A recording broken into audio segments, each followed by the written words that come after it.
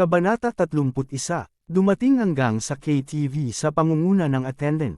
Pagkapasok nila sa kwarto ay nagsimula na silang magpakawala. Dahil medyo madilim ang kwarto at medyo may alak sila, diretsyong pumunta sina Patrick at Madison sa sulok at nagsimulang magkasundo sa isa't isa. Ang biglaang pagpapakita ng pagmamahal sa publiko ay ikinagulat ng lahat sa silid. Gayunpaman, hindi sila tumutol at hindi nagtagal ay nagsimulang magsaya. Ang tatlong magagandang babae ay kumakanta at, bukod kay David, ang iba pang dalawang musketeer ay naglalaro sa kanilang mga telepono. Medyo naiinip si David na nakaupo sa sofa, ngunit naisip niya na hindi magandang tularan ang kanilang halimbawa.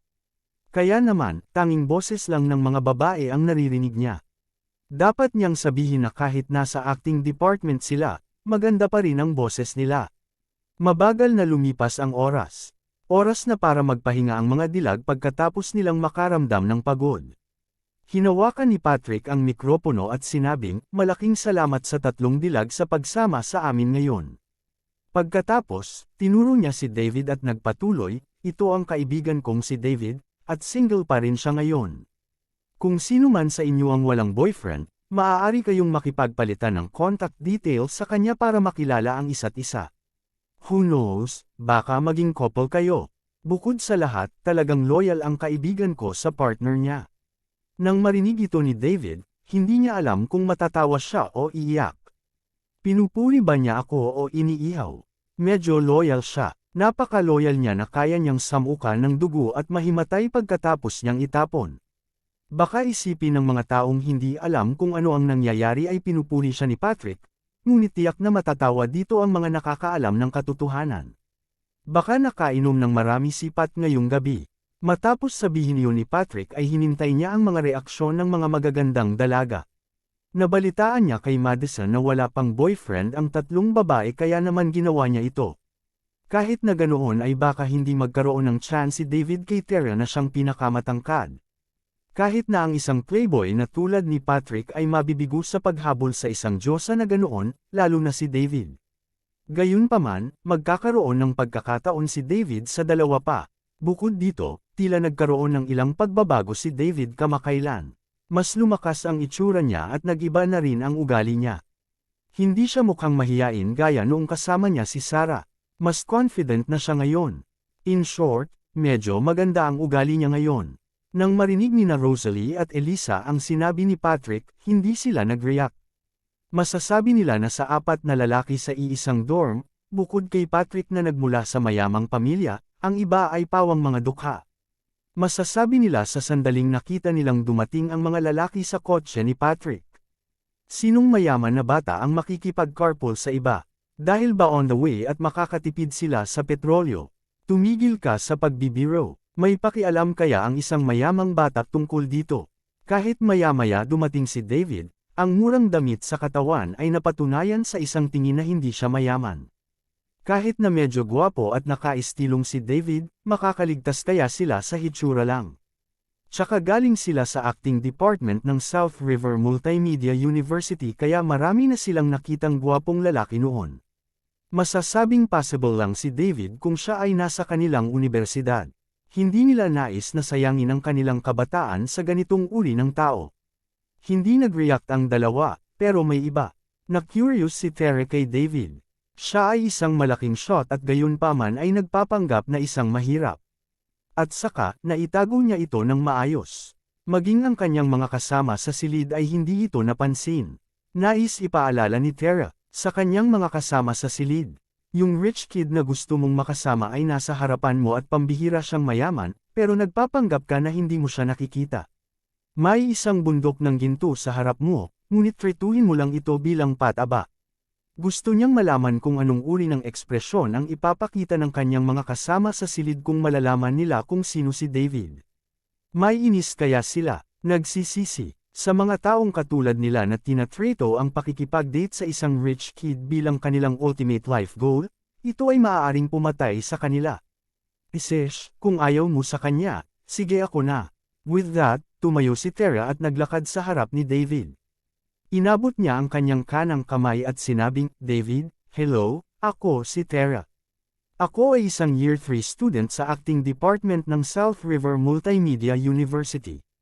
Natutuwa akong makilala ka. Sana maging magkaibigan tayo at mas makilala pa natin ang isa't isa. Pagkatapos niyang sabihin iyon, tumahimik ang kwarto. Halos mawala ng kapit si Patrick sa microphone.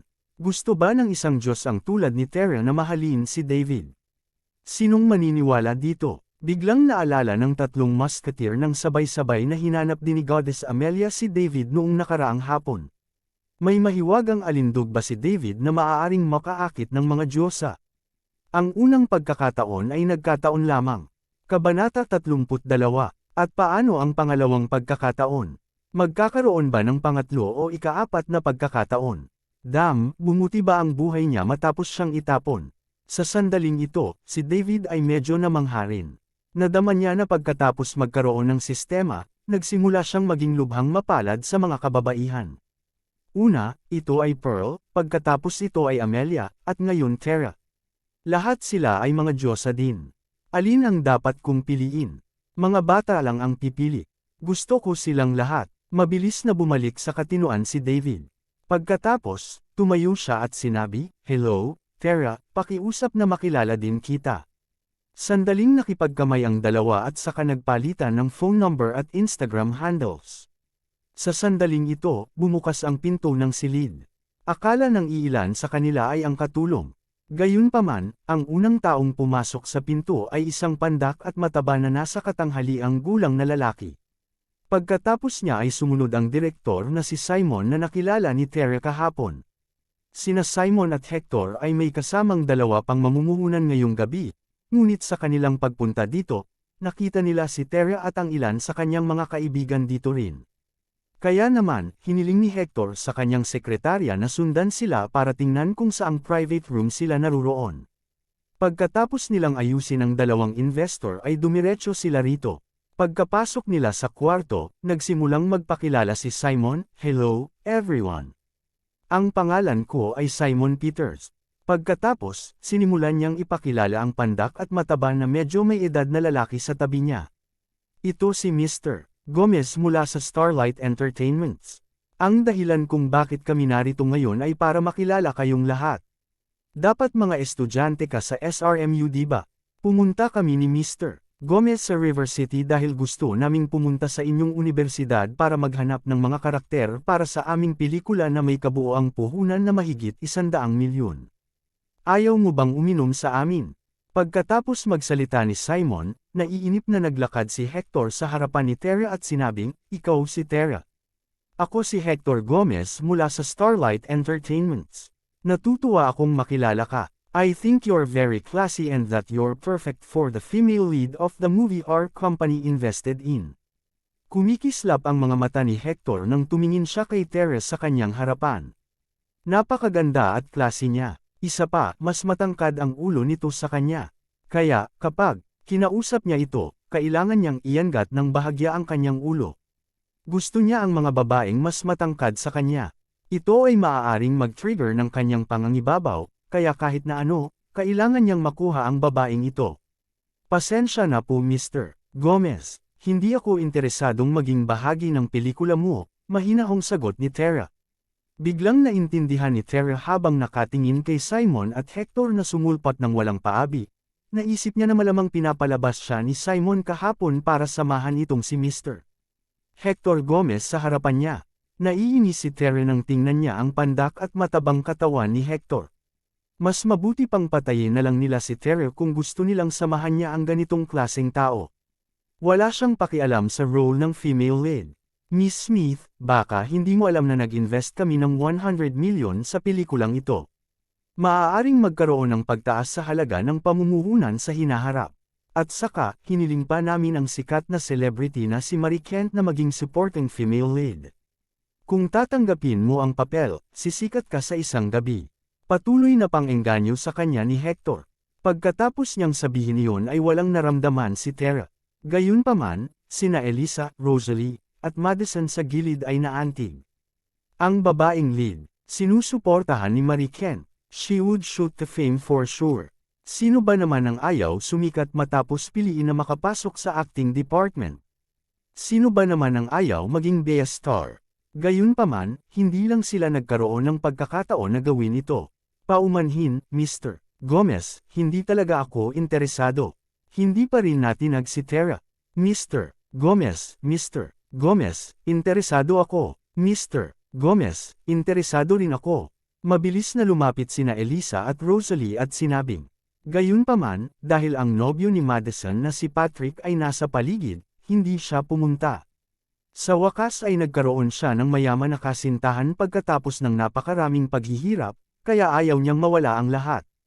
Hindi interesado si Hector kina Elisa at Rosalie. Marami na siyang nilalaro na babae na ganito dati. Tiningnan ni Hector si Simon, hinihiling sa kanya na kausapin si Tara para sa kanya. Gayunpaman, hindi sila binigyan ni Tara ng pagkakataon. Agad niyang sinabi kay Madison, Maddie, may kailangan pa akong asikasuhin, kaya aalis na ako. Magsaya ka. Pagkatapos, sinabi niya kay David, David, maaari mo ba akong imaneho? Oo, sige. Mabilis na sagot ni David. Matagal na niyang gustong umalis at ngayon ay may dahilan na siya. Matapos ipaalam sa lahat ng nasa kwarto ay sabay na umalis ang dalawa. Kabanata 33. Si David at hindi nagtagal ay umalis na si Tara. Si Hector, na naiwan sa silid, ay may hindi kaaya-ayang hitsura sa kanyang mukha. Matagal-tagal na rin mula nang makilala ni Hector ang isang walang galang na babae matapos maging manager ng Starlight Entertainments. Walang magawa si Hector sa mga babaeng ayaw sumali sa showbiz at sobrang tigas din ng ulo. Umupo sina Elise at Rosalie sa magkabilang gilid ni Hector at sinimulan siyang i-toast. Gusto talaga nilang makuha ang role na ito. Bukod kay Patrick mula sa tatlong musketeers na palaging nagpapatuloy sa kanyang sariling landas, ang iba pang dalawa ay nagsimulang mantikilya si Simon. Pagkatapos ng lahat, si Simon ay isang direktor na may kaunting kasikatan, at siya ay isang malaking pagbaril sa Finn at sa gang. Sa pamamagitan nito, nagsimulang uminom ang mga taong ito na may iba't ibang intensyon sa kanilang mga puso. Samantala, pumasok sina David at Tara sa elevator para bumaba. Nang nasa loob na sila ng elevator, biglang nagtanong si Tara, David, sa pamilya mo ba ang hotel na ito? Ha, walang oras si David para mag-react. Huwag kang maghanap ng dahilan para itago. I know you must have a very deep connection with this hotel, muling sabi ni Tara. Wala akong tinatago, at hindi ko alam kung ano ang sinasabi mo. Sabi ni David, David, ang hotel ay hindi maaaring magbigay ng libreng hapunan dahil sa isang kaganapan, at ang bawat hapunan ay nagkakahalaga ng higit sa $100,000. Medyo samobra ka, mas maganda sana ang discount. Ano ang kailangan kong gawin kung ang hotel ay nagbibigay ng libreng hapunan o hindi? David, ayos lang kung ayaw mong aminin, pero dapat alam mo na ang intuit ayaw ng isang babae ay tumpak. Dapat ikaw ang nagsabi sa hotel na ibigay ang mga libreng hapunan, at ang mga napakahalagang tao lang sa hotel ang makakagawa niyan. Pag-aralan natin ito ng maayos kapag nakarating na si Maddie at ang iba pa. Tignan natin kung sino dito ang may napakaraming awtoridad. Pakiramdam ni David ay kamangha-mangha ang babaeng ito. Napakatalino niya. Maaari pa niyang malaman kung sino ang nagbigay ng libreng hapunan. Sayang lang na hindi siya detective. Gayunpaman, hindi niya alam na kinumpirma lamang ito ni Tara dahil nakita niya ang mga attendant na nangungutya sa kanya nang pumasok siya sa hotel noong nakaraang araw. Sige, Tara, panalo ka. Ako ang nag-ayos ng libreng hapunan. Alam ni David na hindi na niya kayang itago pa kaya umamin na lang siya. Ano ang relasyon mo sa hotel? Nang makita ni Tara na nagtapat si David, nagtanong siya ng may pagtataka. Tulad ng sinabi mo, ang pamilya ko ang may-ari ng hotel na ito. So ikaw ang young master. Sa tingin ko, hindi masama. David, hindi ko akalain na super rich kid ka pala. Tara, hindi ka rin masama. Tinanggihan mo ang direktor at ang mamumuhunan nang dumating sila at hiniling na ikaw ang maging pangunahing babae. Hindi ako kasing galing ng isang super rich kid na katulad mo. Naglakad silang dalawa palabas ng hotel habang nagkukwentuhan. Tara, kailangan mo bang ihatid kita pa uwi? Tanong ni David habang nakatayo sila sa entrance ng hotel. Oo naman. Inaasahan mo bang magpapara ako ng taxi? Tiningnan siya ni Tara ng masama. Sige. Nagkibit balikat si David at tinawag ang kanyang Benz G-Class. Pagkatapos, hinatid niya si Tara pabalik sa South River Multimedia University. Pagkatapos niyang pabalikan si Tara, bumalik si David sa international residence. Nakatulog na si Pearl. Naisip ni David na kailangang pagod si Pearl nitong mga nakaraang araw. Ang pagpapasa ng hotel ay dapat na nasa maliliit na detalye. Pagkatapos niyang maligo, humiga siya sa kama. Maya-maya, binuksan niya ang kanyang laptop at nag-login sa whale streaming. Hindi nagsistream si Amelia, maging ang kanyang pinsan na si Lily. Kaya naman, gumagala lang si David, pero medyo nakakatakot talaga ang level niya. Nasa level 1,100 siya. Sa tuwing ang isang tao ay nasa level 1,000 pataas, sila ay magiging hari. Casual na nag-click si David sa isang stream ng laro. Sa sandaling pumasok siya sa batis, isang 5-clawed golden dragon ang nagsimulang umikot sa kanyang screen. Pagkatapos, lumitaw ang 4 na gintong salita. Dumating na ang hari. Nakakabigla ang pagdating na ito. Agad na sumabog ang batis. Damn, nandito na ang maalamat na Mr. Match. Welcome, Mr. Match. Welcome, Mr. Match. Iginagalang namin ang iyong presensya. Mangyaring bigyan kami ng gabay. Kabanata 34. Ang streamer ay naglalaro ng The Island. Ito ay isang napaka-cute na babae na ang pangalan ay Jasmine. Nang makita niya si David, na isang hari ng level 1,000 pataas, nagtago siya sa isang sulok. Then, she stood up and lifted the pinkies of her both hands up. Pagkatapos noon, bahagyang yumuko siya at mahinang sinabi, "Welcome to my stream, Mr. Match. Isang karangalan na makasama ka rito." This was a super big shot, so she had to entertain him well. Ang cute na kilos ng streamer ay nagpatawa kay David. Talagang pinaikot ng pera ang mundo. Agad namang komento ni David. Jasmine, maglaro ka ng mabuti. Kung manalo ka, bibigyan kita ng 666 na super rockets bilang selebrasyon. Nang makita ni Jasmine ang komento ni David, hindi siya nagulat. Kung nanalo siya sa round na ito, mas sulit pa ito kaysa manalo ng 100 beses o 1,000 beses sa normal na panahon. Mabilis siyang umupo at pinagpatuloy ang laro. Habang tumutugtog siya, sinabi niya, "Salamat sa suporta, Mr. Match. Magsisikap ako para manalo." Nagsimulang mag-spam muli ang audience na nanunood nito sa comment section. "Mr. Match, ikaw ang lalaki. Mr. Match, ang galing mo. Mr. Match, hindi ka talaga mapapantayan. Ang paraan ng paggastos mo ng pera ay hindi karaniwan." Maingat na kontrolado ni Jasmine ang karakter sa laro. Normal lang ang kanyang mga kakayahan at maaari siyang manalo ng 8 sa bawat 10 mga round. Gayunpaman, natakot siya na matalo siya. Kung gagawin niya, mawawala ang regalo niyang mahigit 1,000,000 bucks. Kaya naman, maliwanag na kinakabahan siya. Nalampasan niya ang lahat ng paghihirap at ng 3 tao na lang ang natitira. Nagpakawala ng ginhawa si Jasmine. Dapat manalo na siya ngayon. Pero biglang may lumapag na granada sa tabi niya kaya mabilis siyang tumalon sa kabilang side pero huli na. Sa isang boom, namatay si Jasmine sa pagsabog. Sa pagkakataong iyon, may gustong pumatay si Jasmine. Matitikman niya ang reg along iyon na $1,000,000, ngunit ngayon ay wala na ito. Matagal na nakaupo si Jasmine sa harap ng computer, hindi makapagsalita. Nagpahayag din ng awa ang mga manunood sa batis. Pakiramdam ni David ay okay pa rin ang kanyang kakayahan. Nangangati na rin siyang maglaro kaya nag-post siya ng isa pang komento. "Jasmine, bakit hindi mo ako paglaruan?" Bumalik sa katinuan si Jasmine nang makita ang komento ni David. So, she quickly replied, "Syempre, saan ka Mr. Tugma? Hahanapin kita." Pumasok si David sa laro at bumuo silang dalawa ng isang team para magsimula ng bagong round. Dumaong silang dalawa sa isang lambak at nagsimulang kumuha ng mga sandata para sandata ang kanilang sarili. Patuloy na tumakbo si Jasmine sa paligid ni David at ibibigay kay David ang lahat ng magagandang kagamitan. Hindi rin ito tinanggihan ni David. Sa totoo lang, hindi ganoon kagaling si David dahil hindi siya madalas maglaro. Gayunpaman, tila napakaswerte ng dalawa dahil walang malalakas na kalaban sa round na ito. Sa wakas, matagumpay na dinala ni Jasmine si David sa tuktok at nanalo. Ito rin ang unang pagkakataon na nanalo si David.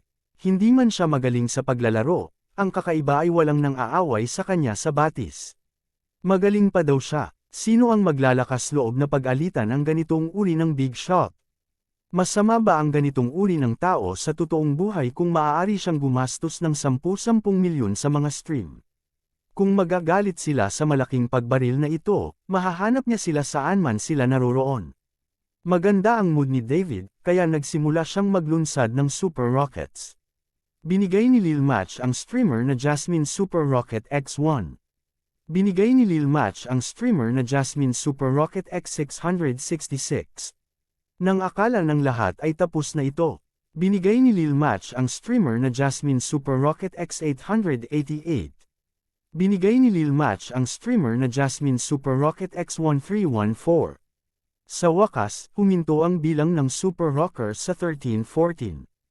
Ito ay nagkakahalaga ng higit sa 2 milyon.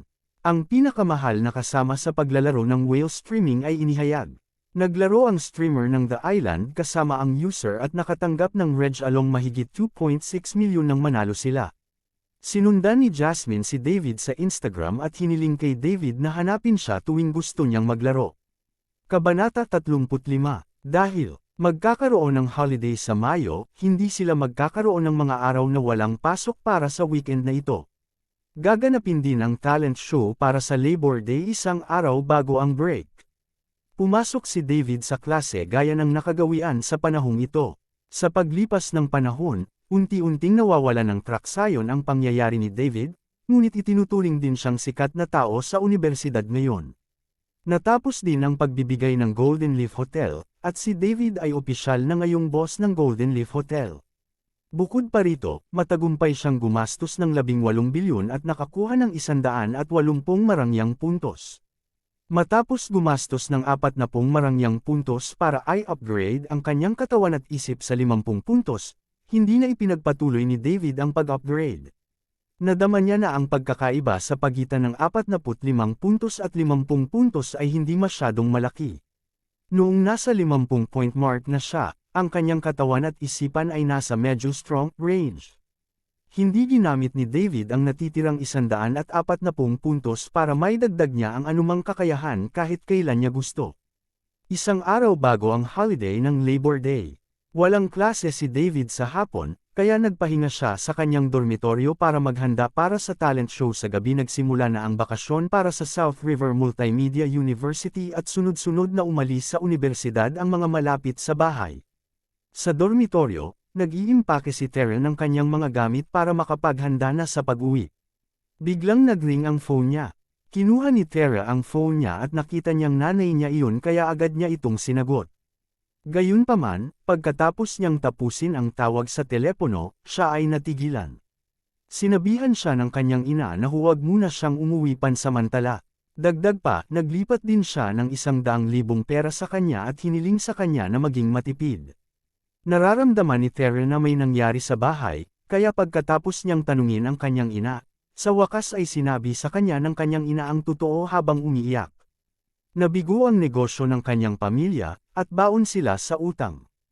Ngayon, ang bahay ay sinusubaybayan ng kanilang mga may utang at sa sandaling umuwi si Tara, siya ay pipigilan ng mga may utang na iyon. Sa makatuwid, ang kanyang pamilya ay maaari lamang magtago sa bahay ng kanyang lolo't lola. 2 araw nang hindi kumakain o umiinom ang kanyang ama at pamayat ito ng husto. Bukod dito, hindi siya nakikinig sa sinuman. Sa puso ni Tara, ang kanyang ama ay ang langit, at ngayon, ang langit ay gumuho. Hindi niya maintindihan. Napakaraming taon nang nagnenegosyo ang kanyang pamilya, kaya paano sila biglang nabangkarote? Kailangan niyang bumalik ngayon at alamin kung ano ang nangyayari. Kung hindi siya babalik ngayon, nag-aalala siya na hindi niya makikita ang kanyang mga magulang. Pagkatapos ng mabilis na pag-iimpake, nagmamadaling umuwi si Tara. Ang kanyang tahanan ay nasa Goat City, na hindi kalayuan sa River City. Aabot siya ng halos kalahating oras kung sasakay siya ng tren. Kahit magmaneho siya, aabutin lang ng 2 hanggang 3 oras. Pagdating niya sa bahay ng lolo't lola niya, gabi na. Knock knock. Inayos ni Tara ang sarili at kumatok sa pinto.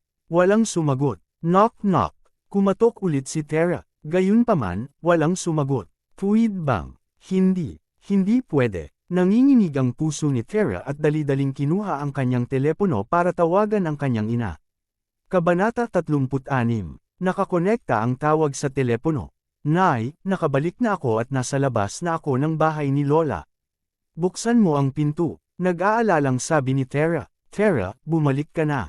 Di ba sabi ko wag ka nang babalik?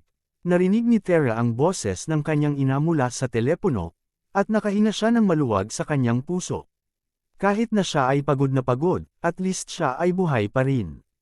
Maya-maya, sa wakas ay nabuksan na ang pinto. Nang makita ni Tara ang kanyang ina, hindi niya napigilan ang sarili. Hinawakan niya ang kanyang ina at nagsimulang umiyak.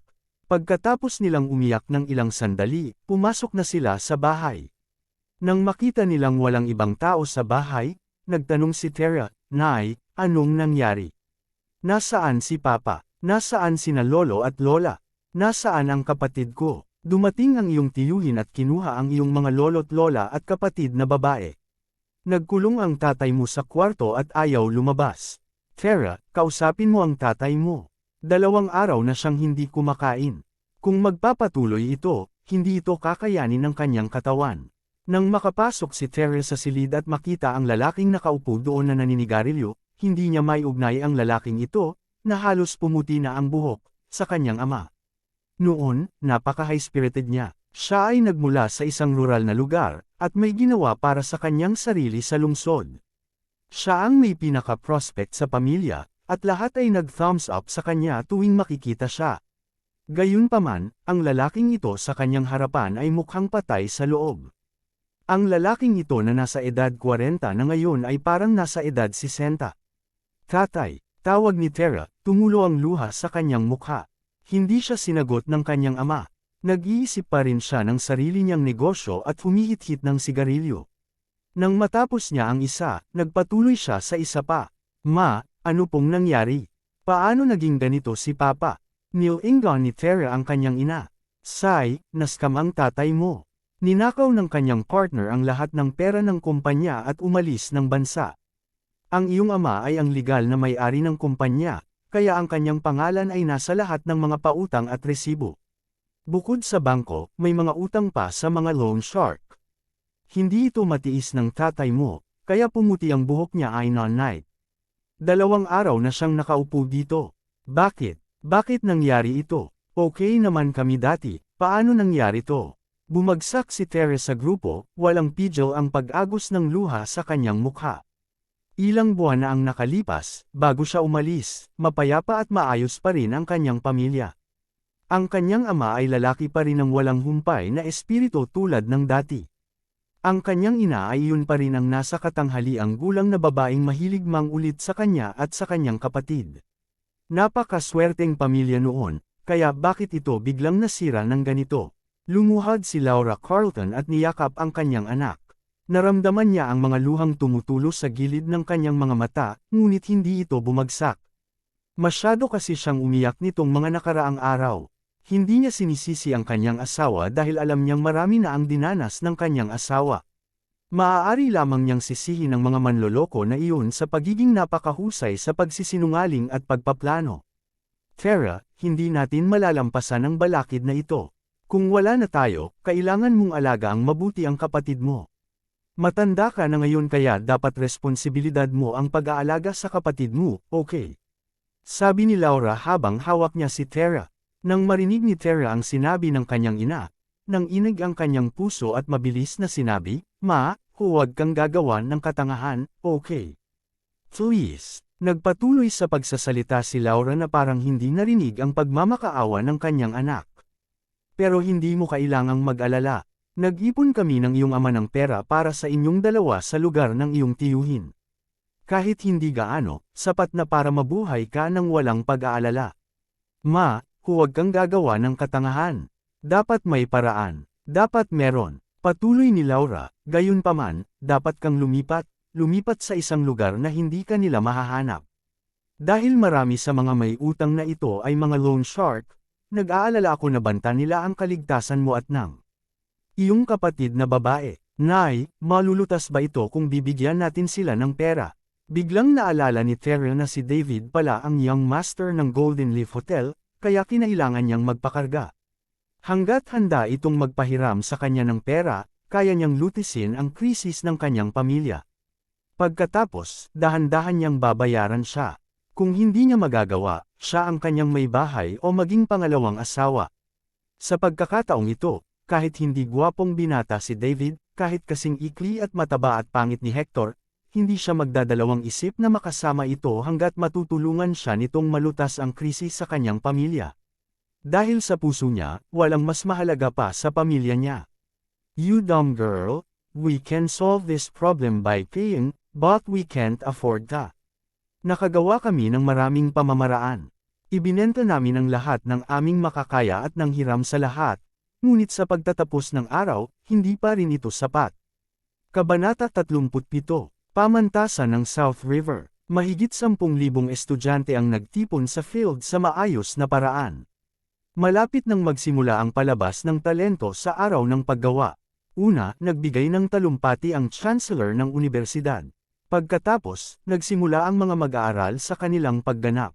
Lahat ng uri ng pagtatanghal mula sa pag-awit, sayawan, skit, stand-up, at magic show ay ipinakita sa entablado. Gayunpaman, hindi pinapanood ni David ang pagtatanghal sa entablado sa sandaling ito.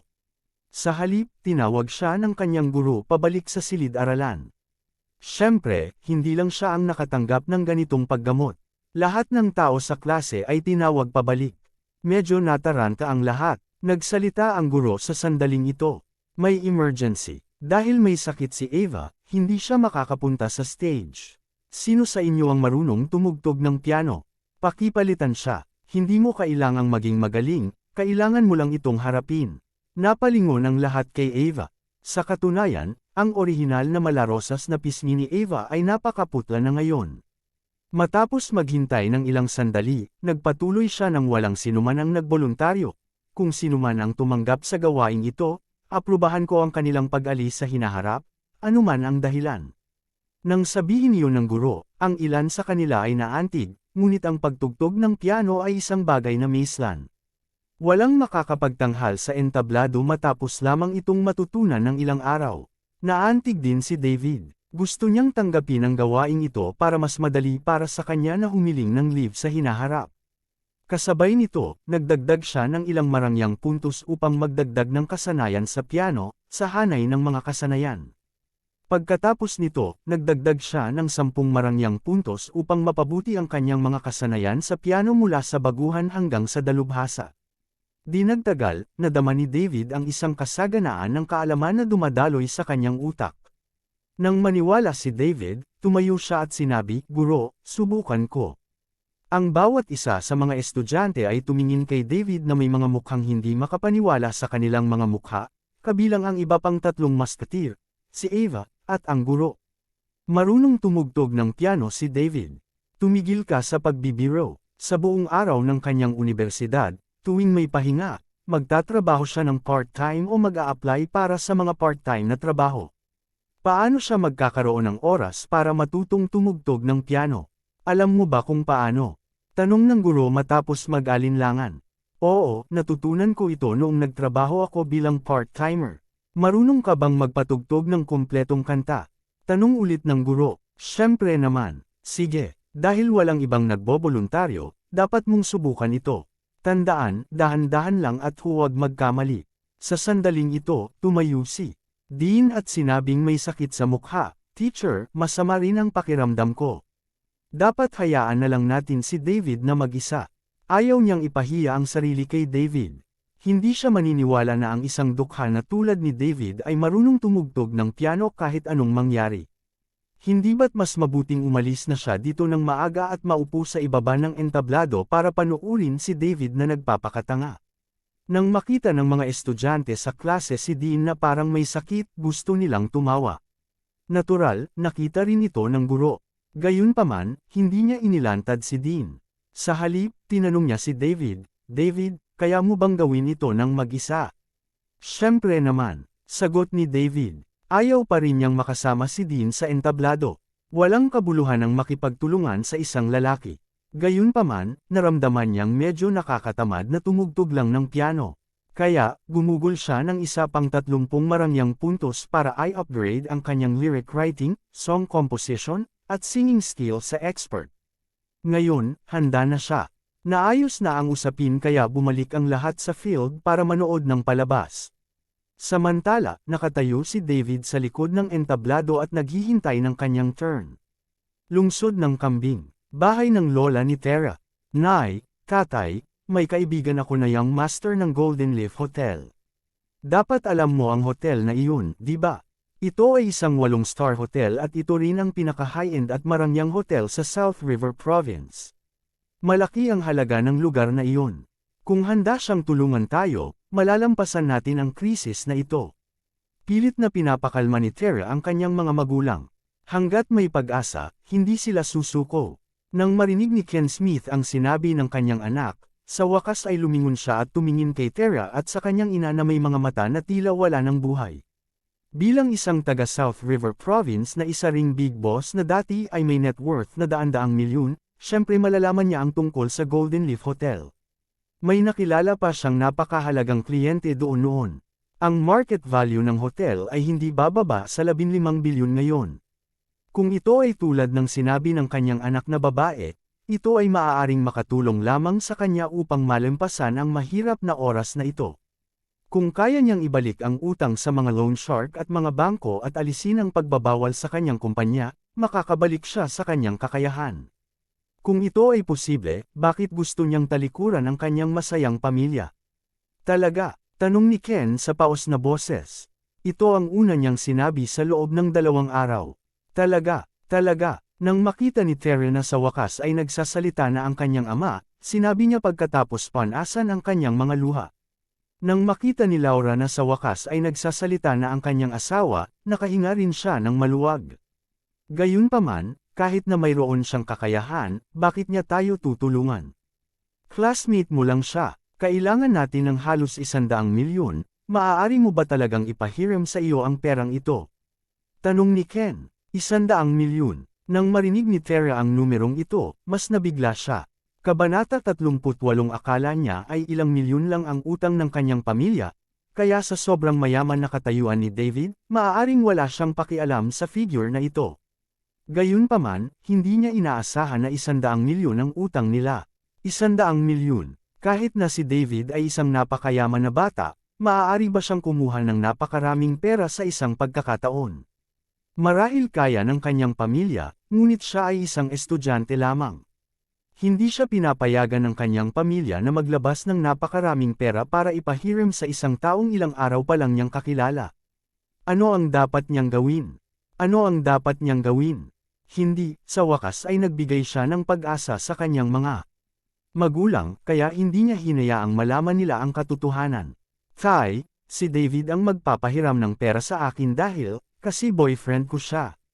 Kalahating taon na kami. Nag-alala ako na baka sabihin mo na masyado pa akong bata kaya hindi ako naglakas loob na sabihin sa'yo.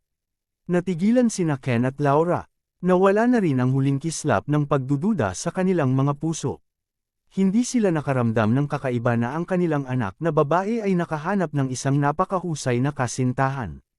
Malaki ang tiwala nila sa kanilang anak na babae. Gayunpaman, may isa pang tanong si Ken sa kanyang puso. Ito ba ay isang kasinungalingan na ginawa ng kanyang anak para aliwin siya? Malamang. Kaya, sinabi ni Ken, tawagan siya ngayon at tingnan kung maaari mong hiramin ang halaga mula sa kanya. Sumikip ang puso ni Tara. Sabi niya, Kai, tatawagan ko siya bukas. Dapat kumain ka, nagugutom na rin ako.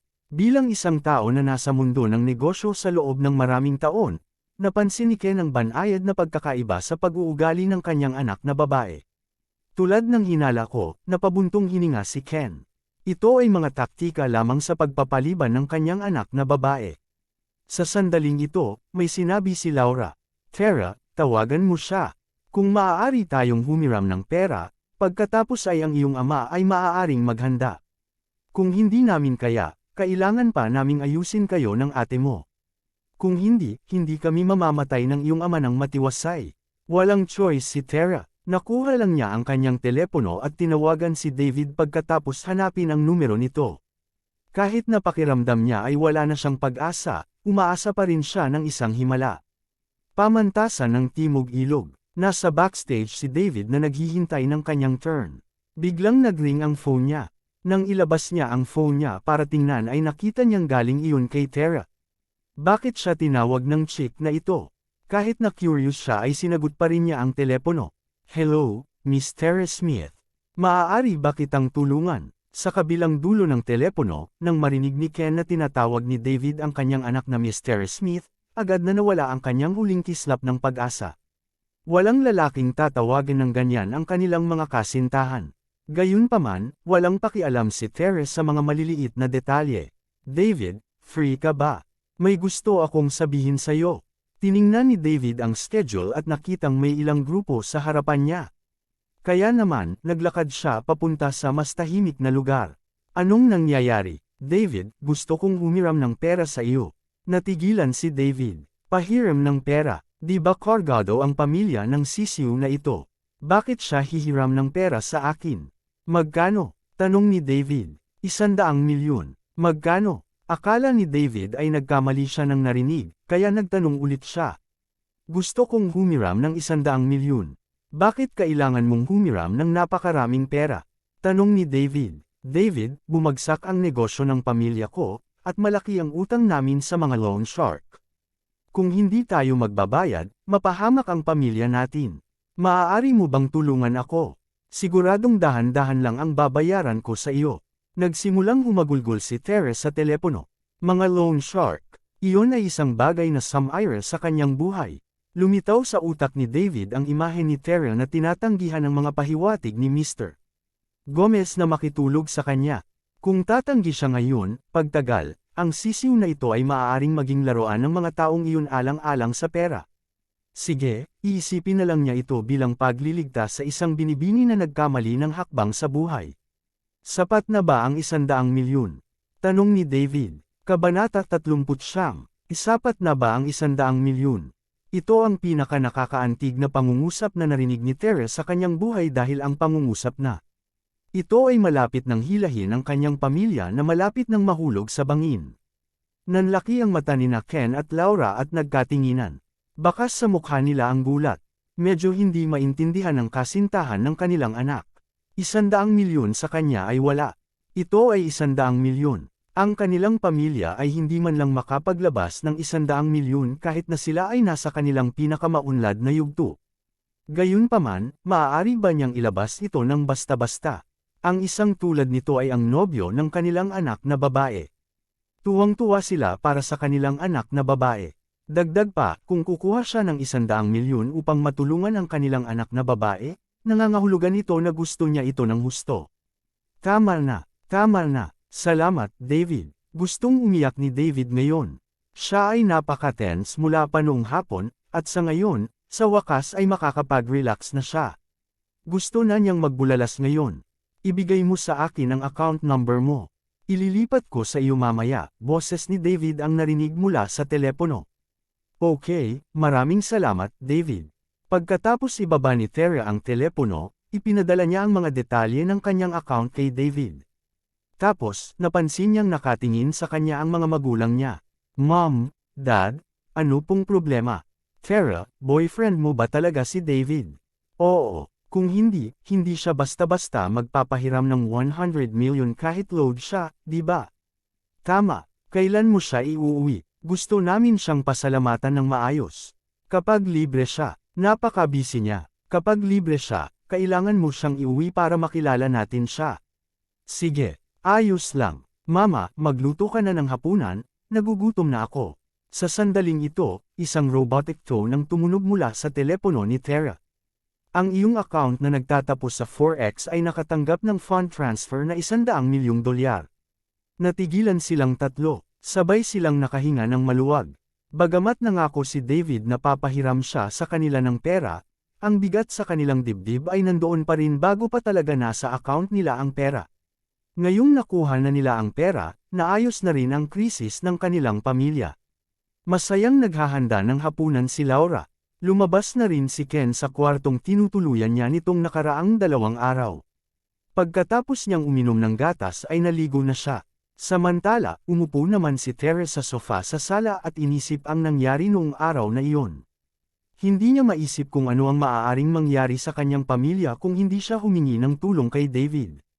Maaaring sisihin ng kanyang mga magulang ang lahat ng ito at pagkatapos ay umalis sa mundong ito. Pagkatapos, lilipat sila ng kanyang kapatid na babae sa isang lugar na walang pamilya at mamumuhay ng malungkot. Iniligtas ni David ang kanyang mga magulang at iniligtas din niya siya at ang kanyang kapatid na babae. Bukod pa riyan, iniligtas niya ang pamilyang ito na malapit ng masira. Kaya, nakapagdesisyon na siya. Mula sa araw na ito, magiging kay David na lang siya. Hanggat kailangan siya ni David, magpapakita siya. Kapag hindi siya kailangan ni David, mawawala siya. Napagpasyahan niyang manatili sa tabi ni David hindi alintana kung siya ang kanyang may bahay o katulong. Hindi rin niya alintana kahit na kailangan niyang magtrabaho ng gusto para sa kanya. Pamantasan ng Timog Ilog, naghihintay pa rin si David ng kanyang turn. Susunod na sana siya. Kung alam niya ang iniisip ni Terry ngayon, tiyak na maguguluhan siya. Pinahiram lang niya ito ng 100 million, kaya bakit niya ibibigay ang buhay nito sa kanya? Sa sandaling ito, maririnig ang malakas na boses ng MC. Dahil ang susunod na performer na si Ava Snowden ay may sakit, papatugtugin namin si David Liddell ng piano para sa amin sa susunod. Nang matapos magsalita ang MC ay nagkagulo ang mga manunood. Dang! Bakit David? Nasaan ang aking Diyosa? Paano nila siya mapapalitan? Hoy, David! Maaari mo bang ipakita sa amin kung paano ka samuka ng dugo noong araw na iyon? Gusto kong matuto mula sa iyo dahil malapit nang makipaghiwalay sa akin ang girlfriend ko. Hahaha, oo, ipakita niya sa amin kung paano siya nagsuka ng dugo. Hahaha, medyo magulo ang eksena. Pagkaakyat ni David sa stage, narinig niya ang tawanan ng mga estudyante sa ibaba ng stage, wala siyang pakialam. Pumunta siya sa piano at kinuha ang microphone. Pagkatapos, sinabi niya, mga guro, mag-aaral, magandang gabi, ang pangalan ko ay David Liddell. Ngayong gabi, magpe-perform ako ng isang kanta na sinulat ko, na pinangalanang Boy. Sana ay magustuhan mo ito. Umupo siya sa harap ng piano at ipinatong ang mga kamay sa susi. Matapos i-recompose ang sarili, lumabas sa utak niya ang tutorial kung paano tumugtog ng piano. Para bang hindi mabilang na beses niya itong pinagpraktisan. Sumasayaw ang kanyang mga daliri sa mga susi. Ang musikang nagmumula sa piano ay lumutang sa pandinig ng lahat. Hindi masama. Para siyang professional. Marunong pang ang tumugtog ng piano si David. Napakahusay niyang itinago ito. Kabanata 40. Pagkatapos, ang boses ni David ay pumasok sa pandinig ng lahat. Noong panahon na hindi ko alam kung ano ang pag-aalinlangan. Love ako sa kanya nang hindi sinasadya. Akala ko naiintindihan ko siya. Kaya iyon ang dahilan kung bakit minahal ko siya ng buong puso. Isang pares ng mga kamay na mahigpit na nakahawak. Hindi binibitawan ang pagkahumaling sa ating mga puso at kinabukasan. Hindi ko makakalimutan ang pagmamahal mo. Pero ang ending napakahirap baguhin. Hindi kita pinatuloy. At hindi ako katulad niya. Hindi kita mabibigyan ng kinabukasan na hinahanap-hanap mo. Isang batang-bata, oh. Natapos ang unang taludtod. Tahimik ang venue na may mahigit 10,000 tao. Hindi nagtagal, dumating ang pangalawang talata. Dala ko ang iyong pangangalaga sa akin kahit saan. At bubuksan ko lang sa lugar na walang tao sa paligid. Gusto kong itanong kung malungkot ka pa rin ngayon. Tulad ng dagat sa ilalim ng sikat ng araw. Tulad ng kulay na ipininta ko ng aking puso. Pangitiin kita at bibigyan kita ng lakas ng loob. Hindi kita makakalimutan. Natapos ang kanta. Gayunpaman, tahimik pa rin ang venue.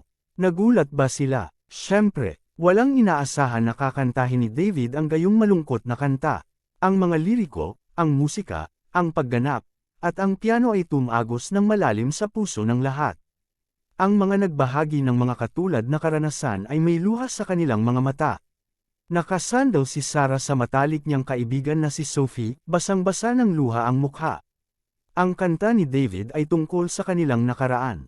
Ang ikaw at ako sa kanta ay si David at siya. Napatingin si Sophie sa kanyang matalik na kaibigan sa kanyang mga bisig at nagbuntong hininga sa kanyang puso.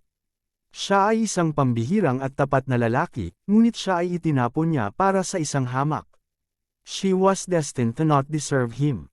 Umupo si Ava sa ibaba ng stage, nakatitig kay David sa stage. 3 taon na niyang kaklase ang lalaking ito at tila hindi niya ito kilala. Ang kanyang mga lyrics na pagsulat, pagkanta, at kahit na komposisyon ng kanta ay pinakamataas na kalidad. Ang pinakamahalagang bagay ay naranasan niya ito sa kanyang sarili, kaya kung paano siya sumulat ng mga nakakaantig na liriko. Ang isang pambihirang tao ay parang alitaptap sa gabi. Siya ay palaging magiging kapansin-pansin. Iniisip ni Ava kung na-trigger si David pagkatapos ng breakup, na naging dahilan upang ipakita niya ang kanyang lihim na panig. Ilang sikreto ang mayroon siya. Lalong naging curious si Ava. Samantala, medyo nalulungkot si Amelia. Hindi siya nagulat na si David was so exceptional. Anong biro, wala bang kultura ang mga big shot na tulad nito? Gayunpaman, hindi ba sinabi ni David na gusto niyang panatilihing mababa ang profile? Naging low profile ba ito?